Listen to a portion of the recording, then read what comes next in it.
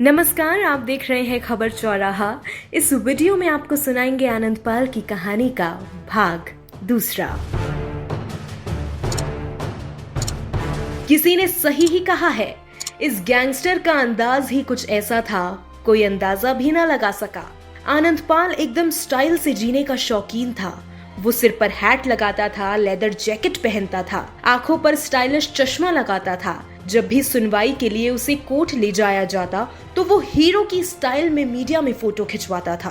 और आनंदपाल की इसी स्टाइल की दीवानी थी वो लड़की, और फिदा थी आनंदपाल पर। वो कहते हैं ना, बस दीवानगी की खातिर तेरी गली में आते थे, वरना आवारगी के लिए तो सारा शहर पड़ा था।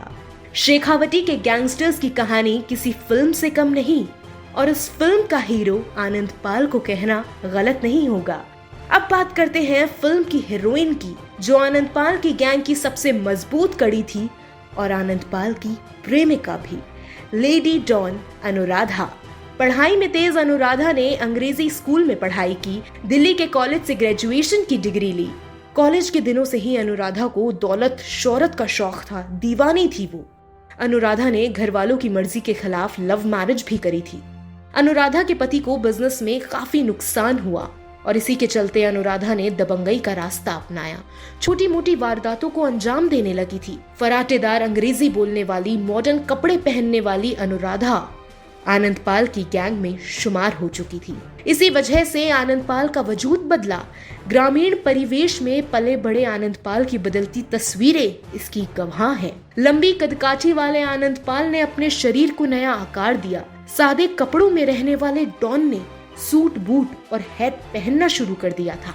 यह अनुराधा की फराटेदार अंग्रेजी की ही संगत का असर था कि देसी आनंदपाल भी अंग्रेजी बोलने लगा था। अनुराधा की इन्हीं खूबियों ने आनंदपाल को उसके करीब ला दिया था। अप्रैल 2015 में गिरफ्तार होने से पहले अनुराधा आनंदपाल की गैंग की दिमाग के तौर पर जानी जाती थी। तमाम वारदातों की पूरी प्लानिंग का जिम्मा शातिर अनुराधा के जिम्मे था। इसी का नतीजा था कि आनंदपाल और अनुराधा ने मिलकर पूरे शेखावटी इलाके में खौफ भर दिया था। उन्होंने आधा दर्जन से ज्यादा अपहरण किए और उनके लिए बड़ी फिरौती वसूली। 3 सितंबर 2015 को आनंदपाल जेल से फरार हुआ और 6 महीने से ज्यादा वक्त तक वो फरार ही रहा।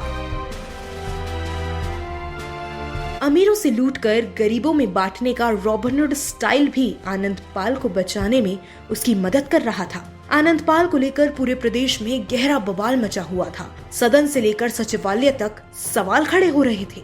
याद करने वाले भी आनंदपाल को अपनी अपनी तरह से याद करते हैं, जैसे कि वो अपराधी जो नौजवान को अपराध की दुनिया में न आकर पढ़ाई लिखाई पर ध्यान देने की नसीहत देता था, जो कहता था कि अपराध की दुनिया में बैक गियर नहीं लगता, जिसके फराटेदार गाड़ी चलाने और 150 पुशअप लगाने के किस्से काफी मशहूर हैं।